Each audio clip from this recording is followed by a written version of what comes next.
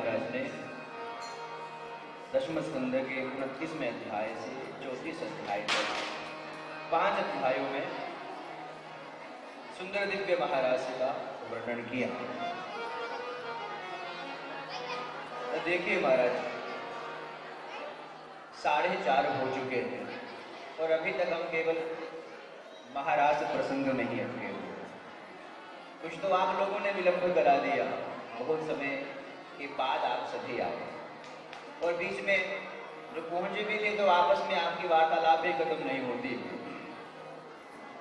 अब कम से कम थोड़ी देर शांत बैठ करके केवल कथा का आश्रय लेते हुए ध्यान इधर दे, क्योंकि अब थोड़ा कथा को जल्दी जल्दी, क्योंकि भगवान का आज सुंदर कदम विवाह भी संपन्न होना है। सुखदेव जी महाराज कहते हैं, परीक्षित एक दिन एक सर्प ने नंद बाबा को पकड़ लिया। शंखचूड़ नाम का वह सर्प था, राक्षस था, जो सर्प के रूप में आया था। भगवान ने उसका भी वध करके नंद बाबा को मुक्त किया। एक अरिष्टासुर बैल बनकर के आया, भगवान ने उसका भी वध किया। कंस ने केसी नाम के असुर को भेजा, भगवान ने उसका भी वध कर दिया। अब एक दिन नारद जी ने मथुरा में प्रकट होकर के कंस को बताया, कंसाया था भगवान नारदो देवदर्शनम यशोदाया सुतां कन्या देवक्याः कृष्णमेव च रामं च रोहिणी पुत्रं वसुदेवेन बिभ्यता।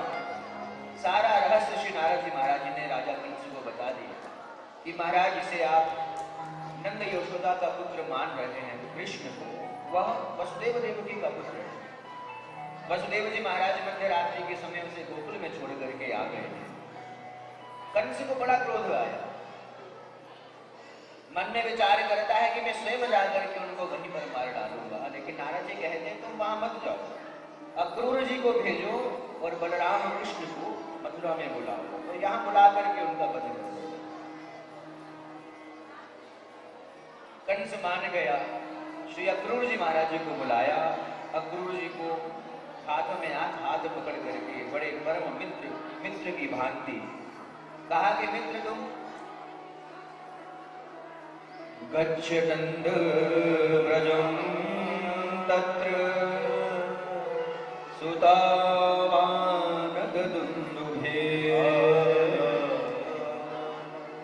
आसाते ताविहानेन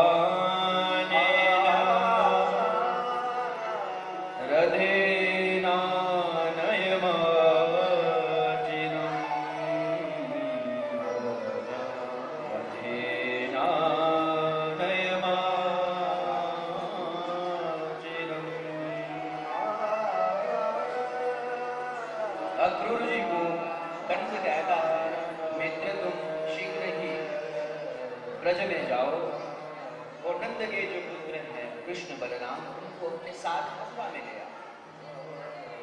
तुम उनको लाओगे, मैं यहाँ धनुष यज्ञ रखूंगा, उसी बहाने उनको यहाँ बुला करके मैं उनका वध करूंगा। सुखदेव जी महाराज कहते हैं, श्री अक्रूर जी महाराज कंस की आज्ञा को मान करके भगवान कृष्ण और बलराम जी को लेने के लिए श्रीधाम वृंदावन में गए। मार्ग में जाते जाते भगवान के सुंदर चरित्रों का चिंतन कर रहे हैं। कहते महाराज मैंने पता नहीं कौन सा पुण्य किया होगा, जिस पुण्य के प्रभाव से आज मैं अपने इन 2 नेत्रों से भगवान का दर्शन करूंगा।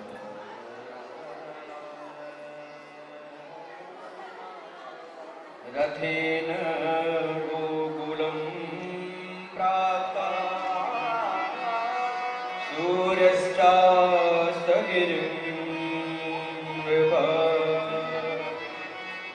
सुखदेव जी महाराज कहते हैं, अक्रूर जी महाराज प्रातः काल मथुरा से निकले और सायंकाल के समय श्रीधाम वृंदावन में पहुंचे।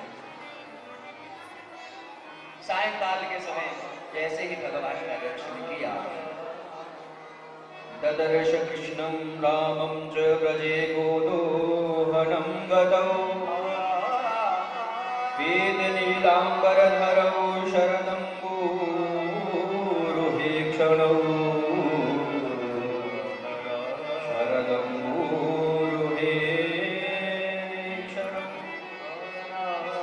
नीलांबर पीतांबर धारण किया हुआ भगवान बलराम और भगवान श्री कृष्ण का जैसे ही अक्रूर जी महाराज जी ने दर्शन किया, सुंदर महाराज दंडवत प्रणाम करके उनका स्वागत किया। भगवान ने बाहुभ्याम परिरम्भितः गले लगा करके सुंदर अक्रूर जी महाराज जी का स्वागत किया। संत कहते हैं अक्रूर जी ने एकांत में जाकर भगवान श्री कृष्ण बलराम को बता दिया कि महाराज कंस ऐसा मन में विचार कर रहा है कि आपको बुला करके मारने का प्रयास करना चाहता है, षड्यंत्र है ये उसका। भगवान कहते हैं आप बिल्कुल भी चिंता मत कीजिए, नंद बाबा से आप इस प्रकार कहना कि मथुरा में धनुष यज्ञ में हम जाना चाहते हैं, नंद बाबा भेज देंगे। नंद बाबा से कहा, नंद बाबा ने वृंदावन में सभी ब्रजवासियों को कह दिया कि जो जो मथुरा में मेला देखने जाना चाहता हूँ वो प्रातः काल तैयार करना। समस्त ब्रजवासी महाराज मेला देखने के लिए प्रातः काल तैयार होकर नंद बाबा के साथ चले गए।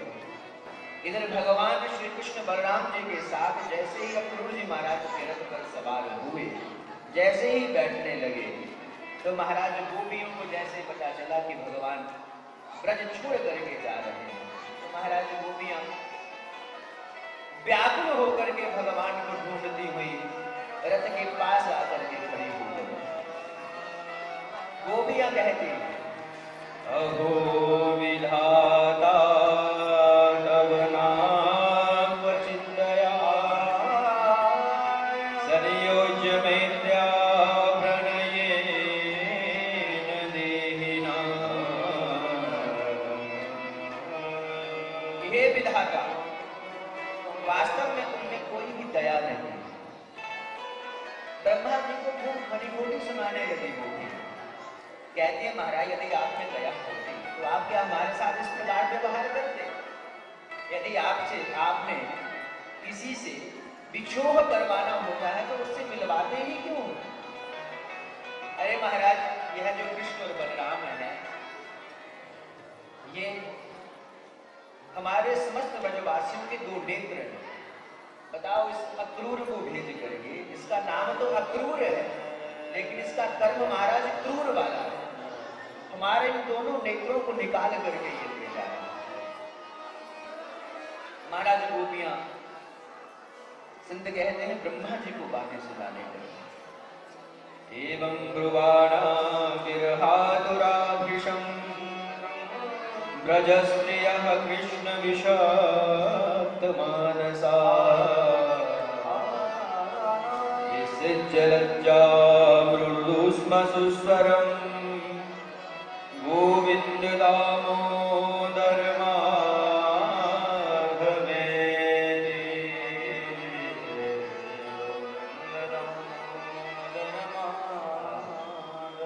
सुखदेव जी महाराज कहते हैं इस प्रकार गोपियां जैसे ही भगवान जाने लगे तो महाराज रोना प्रारंभ कर दिया गोपियों ने। कृष्णा विशब्द मानसा, विसृज्य लज्जाम, लज्जा को दूर रख करके भगवान के सामने ही जोर जोर से रोना प्रारंभ कर दिया कि हे गोविंद हमें छोड़कर मत जा। भगवान ने जैसे गोपियों को रोता हुआ देखा, कहने लगे देवी आप चिंता मत करो, मैं जल्दी ही आपके पास पहुंचूंगा। ऐसा वचन दे करके संत कहते हैं भगवान रथ पर सवार हुए और मथुरा पहुंचने लगे। रथ महाराज जब तक नेत्रों के आगे दिखता रहा तब तक खड़े होकर के केवल उस रथ को देखती रही। रथ आंखों से ओझल हो गया, धूल दिखती रही, धूल को ही देखती रही। जब धूल भी महाराज शांत हो गई तो गोपियां पुनः मुड़ करके अपने घर में आ गई। सुखदेव जी महाराज कहते हैं मार्ग में श्री अक्रूर जी महाराज ने यमुना महारानी में दिव्य स्नान किया। स्नान करके भगवान ने जल ही में अपना सुंदर दर्शन, दिव्य स्वरूप का दर्शन उन्हें कराया। अक्रूर जी ने बड़ी सुंदर स्तुति की। सायंकाल के समय भगवान मथुरा में पहुंचे। मथुरा में पहुंच करके श्री सुखदेव जी महाराज कहते हैं भगवान सायंकाल को मथुरा देखने के लिए गए।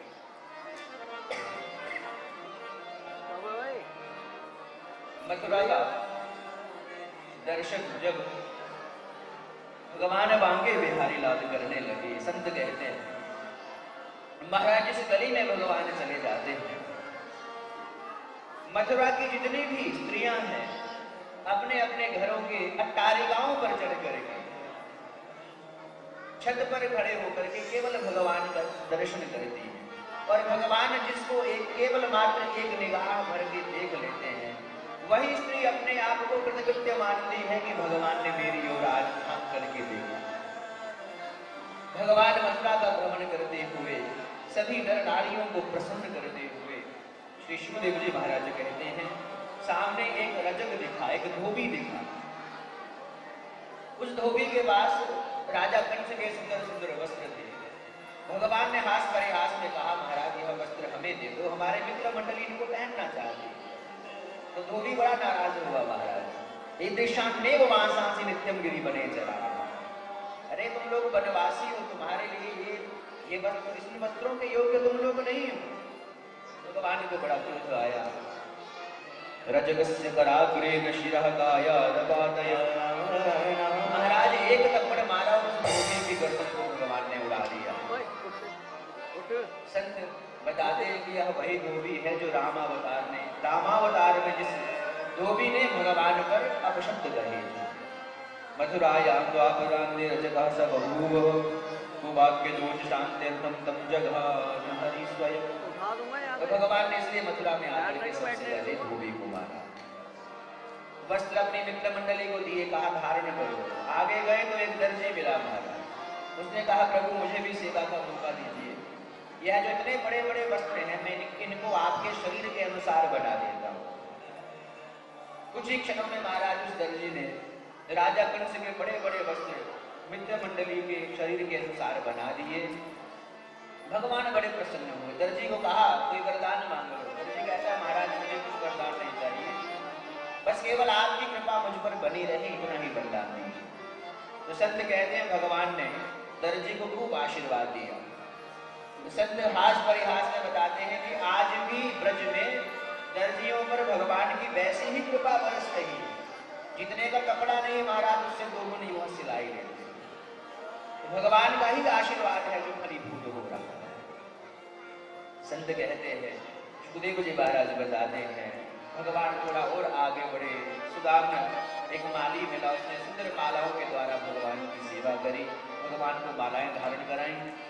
भगवान और आगे बढ़े। सुखदेव जी महाराज कहते हैं सैरंध्री दिखी उपजा। भगवान ने पूछा, बड़ी सुंदर चंदन की कटोरी लेकर के त्रिविक्रमा उपजा जा रही थी। भगवान ने पीछे से आवाज लगाई, हे सुंदरी रुक जाओ।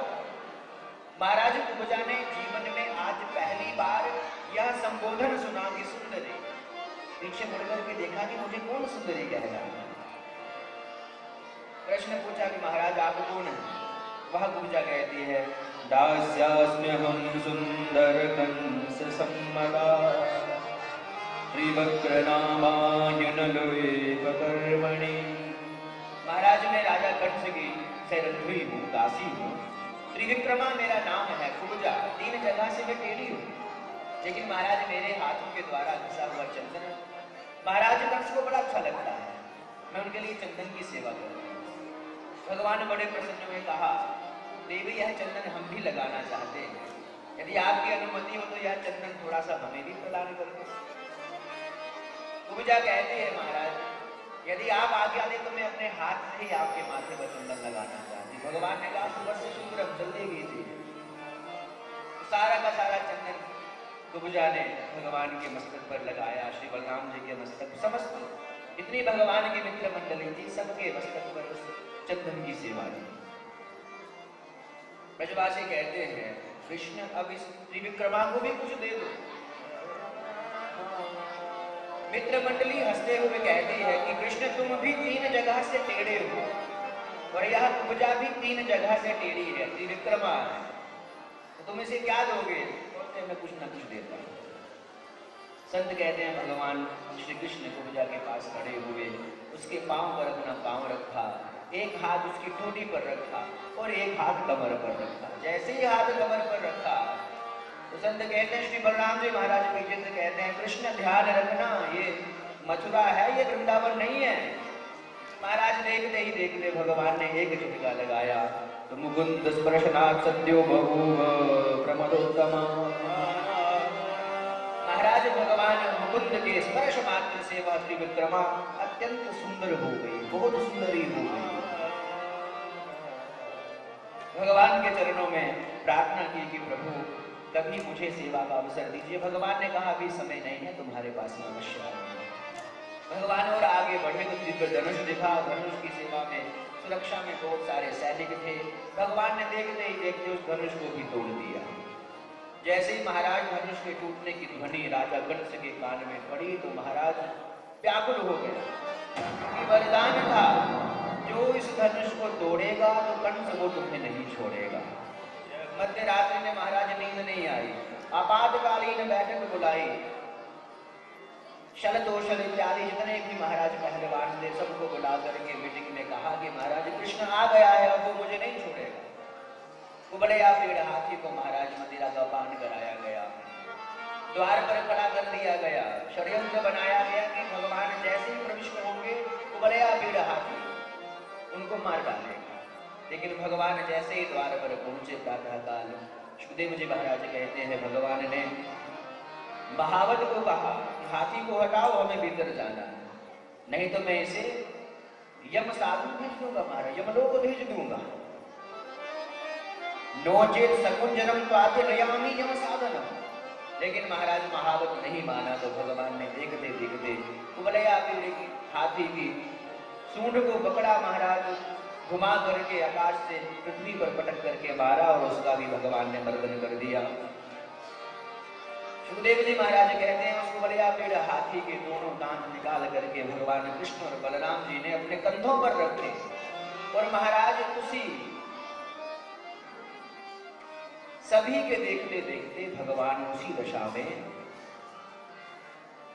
मल्लशाला में भगवान प्रविष्ट हुए। जिसने भगवान का दर्शन किया भगवान ने उसी अनुसार उसको अपना दर्शन दिया।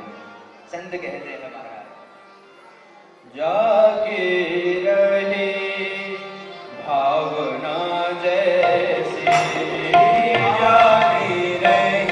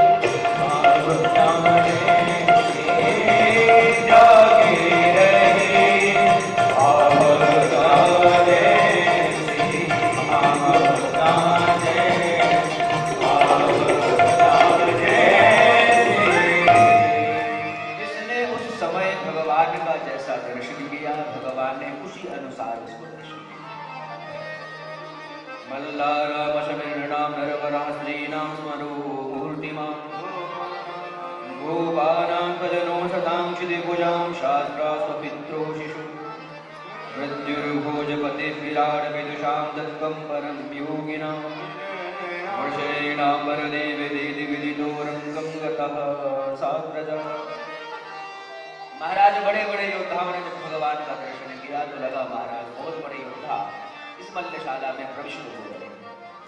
जैसे ही स्त्रियों ने भगवान का दर्शन किया तो महाराज लगा स्त्रियों को लगा कि ये स्वयं कामदेव प्रकट होकर के हमारे सामने प्रकट हुए। जैसे ही गोपों ने भगवान का दर्शन किया तो गोपों को लगा कि ये हमारे मित्र हैं। माता पिता ने जब उनका दर्शन किया तो उन्हें लगा कि ये हमारे पुत्र हैं। और जैसे ही महाराज कंस ने भगवान का दर्शन किया तो मृत्यु भोज पदे विराट विदुषाम। महाराज उसे लगा कि ये साक्षात मेरी मृत्यु प्रकट होकर के मेरे सामने खड़ी हुई है। देखते ही देखते संत कहते हैं महाराज चाणूर मुष्ट विशल कौशल के साथ भगवान श्री कृष्ण और बलराम जी का युद्ध हुआ। भगवान ने बलराम जी ने चारों पहलवानों को चारों माने चित कर दिया। देखते ही देखते जिस सिंहासन पर राजा कंस बैठा था भगवान ने एक छलांग लगाई और सिंहासन पर आरूढ़ हो गए। प्रगृह्य वेशेषु चमत्किरीटं विपाट्य रंगो वैदुह्यं तुंगमंचा। महाराज बालों से पकड़ करके राजा कंस को वहां से गिरा करके मंच से गिरा करके नीचे जमीन पर पटका और उसके ऊपर बैठ करके महाराज एक मुक्के का प्रहार किया और खटका भी भगवान ने मर्दन कर दिया। और ये कंस भगवान की कंस का वध करके भगवान ने माता पिता को बंधन से मुक्त किया। माता पिता ने नंद बाबा को पुनः वापिस ब्रज की ओर भेज दिया और भगवान श्री कृष्ण और बलराम जी को सांदीपनि मुनि के आश्रम में उज्जैन में विद्याध्ययन करने के लिए भेजा। भगवान ने 64 दिनों में 64 विद्याओं का अध्ययन किया। गुरु पत्नी ने गुरु माता ने गुरु दीक्षा में अपने मरे हुए पुत्र को मांगा तो पुनर्दत्त नाम के पुत्र को पुनः ला करके भगवान ने गुरु माता को अर्पित किया और भगवान पुनः मथुरा में आ गए। भगवान 4 वर्ष तक गोकुल में रहे, 7 वर्ष तक वृंदावन में रहे। भगवान की अवस्था इस समय 11 वर्ष की। अब महाराज एक दिन भगवान मथुरा में यमुना जी के पावड़ तट पर बैठे हुए थे। यमुना के पुलिन पर बैठ करके भगवान मन में विचार कर रहे थे। संत कहते हैं यमुना जी में बहता हुआ एक सूखा हुआ कमल का पुष्प दिखा। जैसे ही पुष्प दिखा तो भगवान उस पुष्प को देख करके रोने लगे, अश्रु प्रवाहित हो गए। उद्धव जी महाराज परम ज्ञानी हैं, महाराज बृहस्पति जी के शिष्य हैं। भगवान से पूछते हैं प्रभु आप क्यों रो रहे हैं? कहा उद्धव मोही ब्रज विसरत नाहि, मुझे ब्रज की बड़ी याद आती है। महाराज जो मैंने ब्रज में लीलाओं का आनंद लिया है वह मुझे संसार में क्या त्रिलोकी में कभी नहीं मिल सकती। मैं इसलिए ब्रज को बड़ा याद करता हूँ। जब भी ब्रज की मुझे याद आती है तो मैं अपने आप को रोक नहीं पाता हूँ। उद्धव जी कहते हैं महाराज आप तो परम ज्ञानी हैं, भगवान हैं, आप कहाँ मोह माया के चक्कर में पड़े हैं। भगवान ने मन में विचार किया कि ये उद्धव ज्ञानी तो बहुत है लेकिन इसके मन में प्रेम का अभाव है। ये प्रेम को नहीं जानता, प्रेम किसे। संत कहते हैं महाराज प्रेम को हर आदमी नहीं समझ सकता है। महाराज संत कहते हैं प्रेम गली यदि सागरी या में को न समाए। प्रेम की गली इतनी महाराज संकीर्ण छोटी है, उसमें 2 लोग नहीं जा सकते। दोनों मिलकर जब एक हो जाते हैं तब ही उस गली में प्रविष्ट हो सकते हैं। संत बताते हैं महाराज नहीं चित्र लिखा न चरित्र सुना, वो सुंदर श्याम को जाने ही क्या। मन में न बसा मन मोहन तो वह ठान किसी पर ठाने ही गया। जिस बंदर ने इमली न चखी वह स्वाद सुधा पहचाने ही क्या। और महाराज जिसने कभी प्रेम किया ही नहीं वह प्रेम की आहों को जाने ही क्या। महाराज प्रेम को जानना हर किसी व्यक्ति के वश की बात नहीं है। भगवान मन में संकल्प करते हैं कि इस उद्धव के मन में प्रेम जगाकर ही छोड़ूंगा चाहे कुछ भी हो जाए। उद्धव से कहा मित्र मैं चाहता हूं कि तुम एक बार वृंदावन में मेरा संदेश लेकर के जाओ। उद्धव कहता महाराज मैं जाकर क्या करूंगा, वहां अनपढ़ ग्वालिनियां रहती हैं, वो यदि मैं कुछ समझाने का प्रयास करूंगा तो वो समझेंगे नहीं। भगवान कहते हैं तब भी तुम जाओ, मैं चाहता हूं कि तुम वहां पर जाओ, उनको समझाने का प्रयास करो। वो मुझे बहुत याद करती है, मुझसे बहुत प्रेम करती है। संत कहते हैं उद्धव जी महाराज को पीला पीताम्बर धारण कराया भगवान ने, अपने रथ पर सवार किया और कहा कि मित्र ब्रज की ओर जाओ। जैसे ही ब्रज की ओर जाने लगे श्री उद्धव जी महाराज, संत यहाँ सुंदर भाव देते हैं महाराज। वृंदावन में जैसे ही प्रविष्ट होने लगे तो वृंदावन के जो वृक्ष हैं वो वृक्ष मानो उद्धव जी से कह रहे हैं भैया कहाँ जा रहे हो? अरे ये वृंदावन नहीं है, ये प्रेम नगर है। यहाँ यदि तुम जाओगे तो तुम्हारा ज्ञान धरा का धरा रह जाएगा, इस ओर मत जाओ। संत कहते हैं वृक्ष श्री उद्धव जी महाराज जी से कह रहे हैं, मानो और क्या कह रहे हैं? प्रेम नगर मत जाओ, प्रेम नगर मत जाओ, मुसाफिर प्रेम नगर मत जाओ,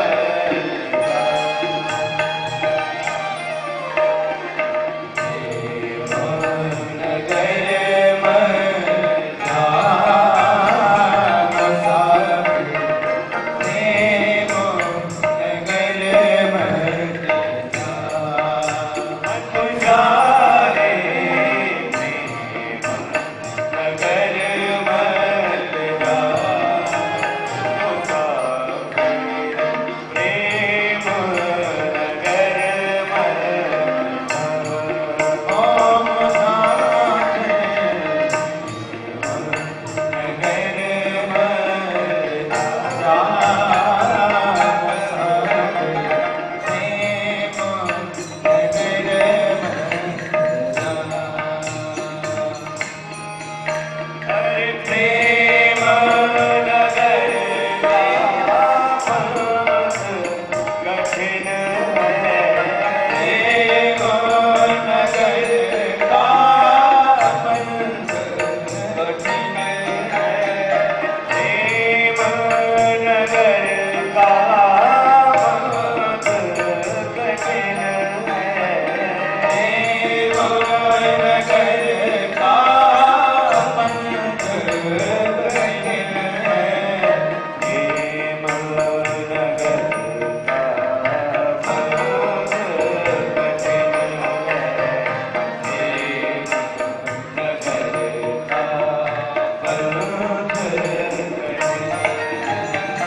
लाखों लोग बुलावे,